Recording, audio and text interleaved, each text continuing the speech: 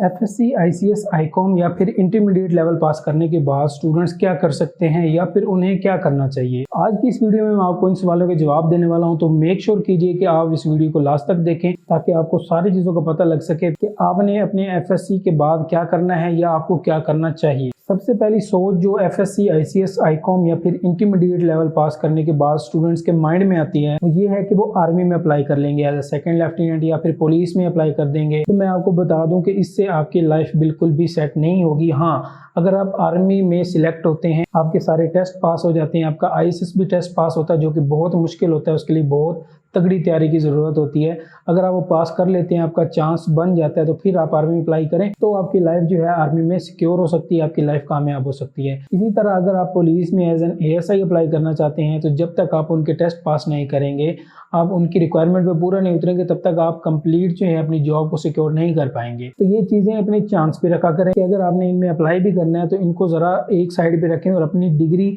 या अपने main goal की तरफ फोकस ज़्यादा करें। जो स्टूडेंट्स एफएससी, आईसीएस, आईकॉम, ए लेवल या फिर इंटरमीडिएट पास करने के बाद अपनी स्टडी को कंटिन्यू करना चाहते हैं, उनके लिए बहुत सारी फील्ड्स हैं जो मैं अभी आपको बताने वाला हूँ। सबसे पहले अगर आपने एफएससी प्री मेडिकल की है, मतलब आपने बायो पढ़ी है मैथ्स की जगह, तो आपको अपनी फ्यूचर फील्ड्स में एमबीबीएस को सिलेक्ट करना चाहिए। उसकी सबसे बड़ी रीज़न ये है कि आप बायो से पहले ही फेमिलियर होते हैं, आपको पता होता है कि बायो में क्या क्या चीज़ें हैं, मेडिकल फील्ड क्या है, आपको एक बेसिक आइडिया होता है उस फील्ड का कि जिस फील्ड में आप फ्यूचर में जाना चाहते हैं उसकी बेस कहाँ से शुरू हो रही है। तो जब आप एमबीबीएस करेंगे प्री मेडिकल के बाद आपको बहुत सारा फ़ायदा होने वाला है। इसी तरह आप किसी भी फील्ड में आगे जाकर स्पेशलाइजेशन कर सकते हैं। इसी तरह अगर आपने एफएससी प्री इंजीनियरिंग की है, मतलब आपने एफएससी में मैथ्स पढ़ी है बायो की जगह, तो आपको आगे इंजीनियरिंग फील्ड में जाना चाहिए, जैसे कि सिविल इंजीनियरिंग है, मैकेनिकल इंजीनियरिंग है, इलेक्ट्रिकल इंजीनियरिंग है, मेटलर्जिकल है, इंडस्ट्रियल है, टेक्सटाइल है, बहुत सारी इंजीनियरिंग फील्ड्स हैं जो आप एफएससी प्री इंजीनियरिंग के बाद जा सकते हैं। और आपको इसका फ़ायदा ये होगा कि आपको बेसिक चीज़ों का पता होगा, आपको कैलकुलस में ज़्यादा प्रॉब्लम नहीं होगा, क्योंकि इंजीनियरिंग में ज़्यादातर जो है वो मैथ का अमल दखल होता है। तो आपको बेसिक चीज़ों का पता होगा तो आप जाके फील्ड में अच्छा परफॉर्म कर सकेंगे। तो आप मेक श्योर करें कि अगर आपने एफएससी प्री इंजीनियरिंग की है तो आगे अपनी फ्यूचर फील्ड में किसी इंजीनियरिंग फील्ड को ही सिलेक्ट करें। अगर आपने एफएससी प्री इंजीनियरिंग या फिर प्री मेडिकल करने के बजाय आईसीएस किया है तो आपको आगे आईटी फील्ड में जाना चाहिए, कंप्यूटर साइंस में जाना चाहिए। ऐसी फील्ड सिलेक्ट करें जो आपकी बेस के रिलेटेड हो। जैसा कि आपने आईसीएस में कंप्यूटर पढ़ा तो आपको कंप्यूटर का बेसिक नॉलेज हो गया, आपको पता है कि अगर आप किसी सॉफ्टवेयर फील्ड में जाते हैं तो आपकी बेस लाइन पहले से मजबूत होगी और जब आप डिग्री में परफॉर्म कर रहे होंगे तो आपको उस बेस का बहुत ज़्यादा फायदा होगा। तो आईसीएस करने के बाद आप बहुत सारे फील्ड में जा सकते हैं, जैसे कि आप कंप्यूटर साइंस कर सकते हैं, बीएसआईटी कर सकते हैं, सॉफ्टवेयर इंजीनियरिंग कर सकते हैं, डाटा साइंस कर सकते हैं, और भी बहुत सारी आईटी की फील्ड्स हैं जो आप कर सकते हैं अपना आईसीएस कंप्लीट करने के बाद। इसी तरह अगर आपने आईकॉम किया है तो आपको चाहिए कि आप कॉमर्स फील्ड में जाएं, जैसे कि आपने बिजनेस के बारे में पहले ही आईकॉम में पढ़ लिया है, तो आगे आपको चाहिए कि आप बीकॉम करें। बीकॉम नहीं करना चाहते तो बीबीए कर लें। इसके अलावा आपके पास एसीसीए बहुत अच्छा ऑप्शन है, एसीसीए के बाद आप सीए भी कर सकते हैं। तो बेसिक चीज़ ये है कि अगर आपकी बेस आईकॉम है तो आप बिजनेस फील्ड में जाएं, आपकी प्री इंजीनियरिंग है तो इंजीनियरिंग फील्ड में जाएं, प्री मेडिकल है तो मेडिकल फील्ड में जाएं।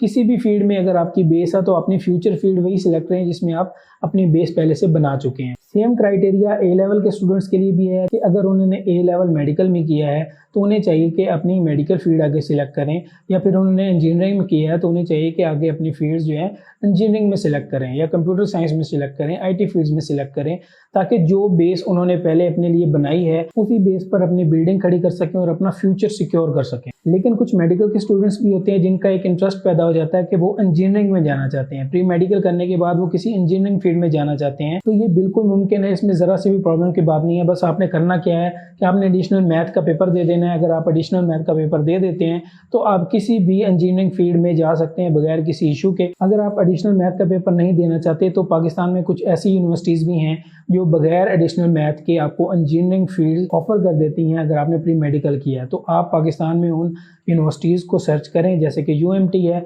जिसमें कुछ स्टूडेंट जो हैं प्री मेडिकल के बाद डाटा साइंस कर रहे हैं। इसी तरह कुछ और यूनिवर्सिटीज़ होंगी जो मेडिकल करने के बाद स्टूडेंट्स को अपनी इंजीनियरिंग फील्ड्स या कोई आईटी फील्ड या सॉफ्टवेयर फील्ड ऑफर करती हैं।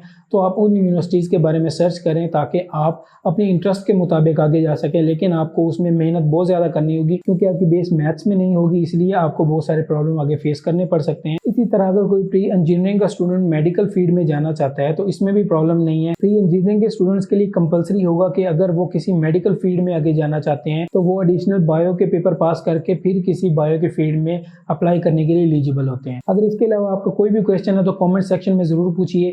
अगर आपने इस वीडियो में कुछ भी नया सीखा तो वीडियो को लाइक करें, अपने दोस्तों को शेयर करें ताकि उन्हें भी अपनी फ्यूचर फील्ड के बारे में पता लग सके। तो मिलते हैं अगले वीडियो में। अल्लाह हाफिज़।